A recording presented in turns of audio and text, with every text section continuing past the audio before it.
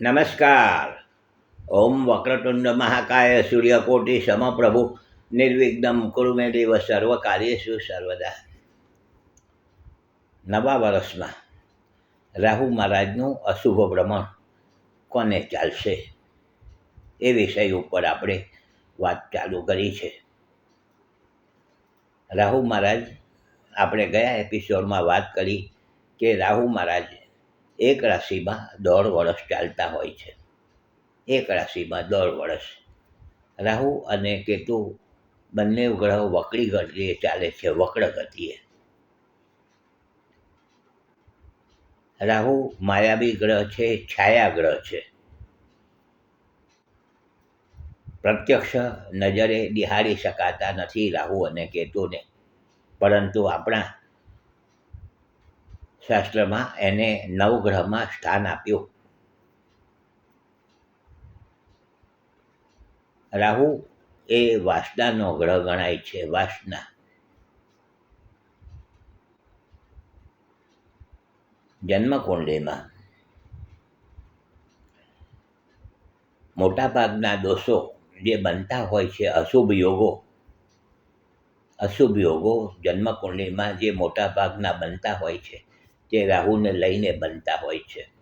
આ એક બહુ મહત્ત્વની વાત છે કે રાહુને લઈને જન્મકુંડલીમાં મોટાભાગના દોષો બનતા હોય છે.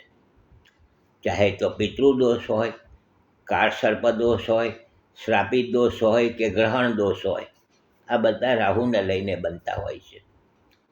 રાહુનું ખૂબ વિશેષ મહત્ત્વ ગણાયેલું છે ગ્રહોમાં.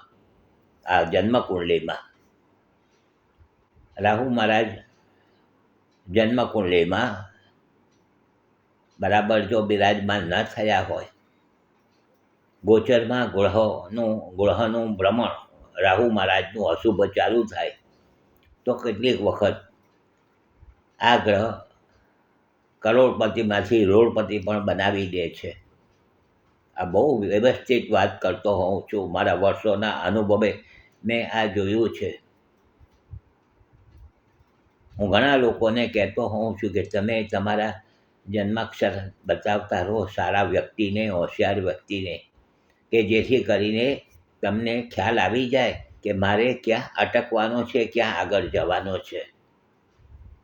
કારણ કે જ્યારે ગોચરમાં બરાબર ગ્રહો જો ચાલુ ન થાય તો એવા સમયે ગમે તેટલો પાવરફુલ ધંધો ચાલતો હોય, ગમે તેવો પાવરફુલ માણસ હોય, રસ્તા પર આવી જાય છે, તકલીફમાં મુકાઈ જાય છે. ડરાવવાની વાત નથી કરતો, સંભાળવાની વાત કરું છું, સાચવવાની વાત કરું છું.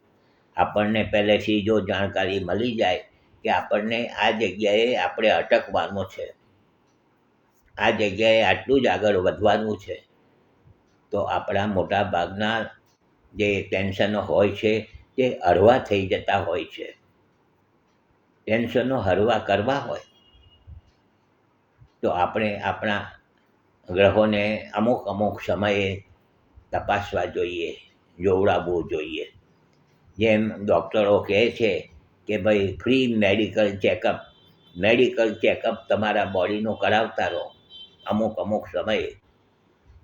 તો હું એમ કહું છું કે ભાઈ આપણે બોડીનું ચેકઅપ એમની રીતે સાયન્સ વિજ્ઞાન બરાબર છે, પણ હું એમ કહું છું કે તમે અમુક સમયે તમારા જન્મના ગ્રહોની સાથે અત્યારે ગોચરના ગ્રહો દશા કેવી ચાલે છે જોવડાવતા રહો. સારા નિષ્ણાત વ્યક્તિ હોય એની પાસે, કે જેથી કરીને તમને તકલીફ આવવાની હોય કંઈ બીજી રીતે, ચાહે તો આરોગ્યની હોય કે આર્થિક બાબતની હોય, તમને ખબર પડી જાય છે.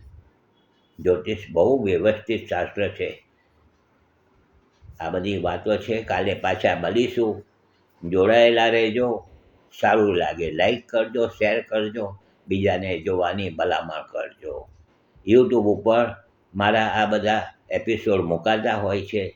આગળ બધા ઘણા એપિસોડ કર્યા છે વાસ્તુશાસ્ત્ર કે જ્યોતિષ ઉપર, ઘણા બધા, તે પણ જોઈ શકાય છે. તમે જરૂરથી જોતા રહેજો.